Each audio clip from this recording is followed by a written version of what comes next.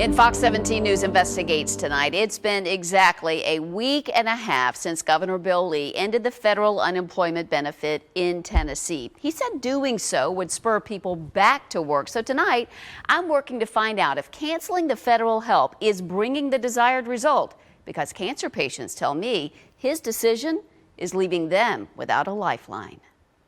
You see that big white spot in Josh Hubbard's eye? That's ocular melanoma, cancer. And it was treated with radiation, which weakened my immune system.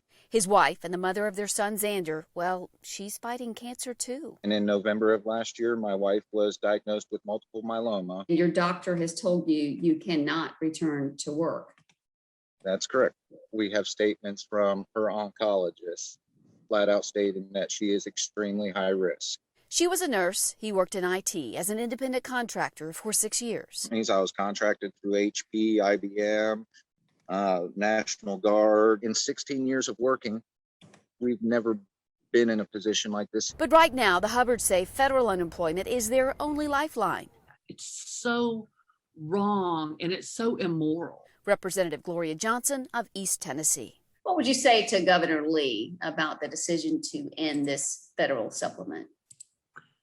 Stop talking to billionaires and special interest and corporation CEOs and start talking to real Tennesseans. Governor Lee joined 24 other Republican governors in ending Tennessee's participation in the federal pandemic unemployment compensation program 2 months early. This also cuts off help to independent contractors and gig workers like Hubbard. We live in rural Tennessee. The job opportunities out here are not what Governor Lee says they are everywhere else. I mean, there might be 1,000, 1,500 jobs in Knoxville or Nashville, and there's maybe 10 or 15 out here. The pro-business move, Lee says, will incentivize the unemployed to return to work, since some make more on unemployment than they did working in hotels, restaurants, and other hospitality jobs. I just think he's sorely mistaken, and these brutal tactics to get people to go back to work at low-wage jobs are quite frankly it's a lack of a moral compass. I asked the governor about scenarios like the Hubbards and if at any point he'd consider reinstating the federal unemployment. Spokeswoman Casey Black responded, "We're focused on helping Tennesseans find meaningful employment and moving away from short-term federal fixes. There are no plans for that to change." I just want Lee to list. I don't understand why people think that the $300 is an incentive to not work. Frustrated people in Indiana sued their state and won. A federal appeals court just this week is ordering Indiana to reinstate federal unemployment.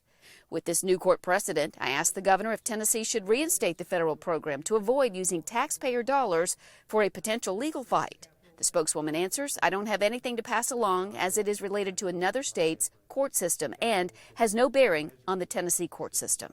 It's important to note I've been in touch with this large Facebook group, Tennesseans Against Benefits Ending Early.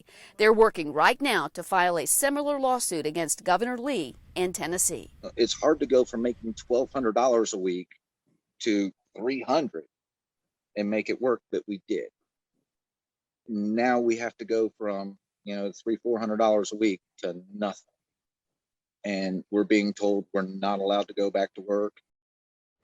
Now, I've crunched the numbers to see if stopping the federal benefit is having the desired effect on filling those job openings. Last week on the Jobs for Tennessee website, we had more than 269,000 job openings. That number has dropped by about 1,000, as you see. We're now at about 268,000. I will continue monitoring this as well as the potential lawsuits coming against Tennessee.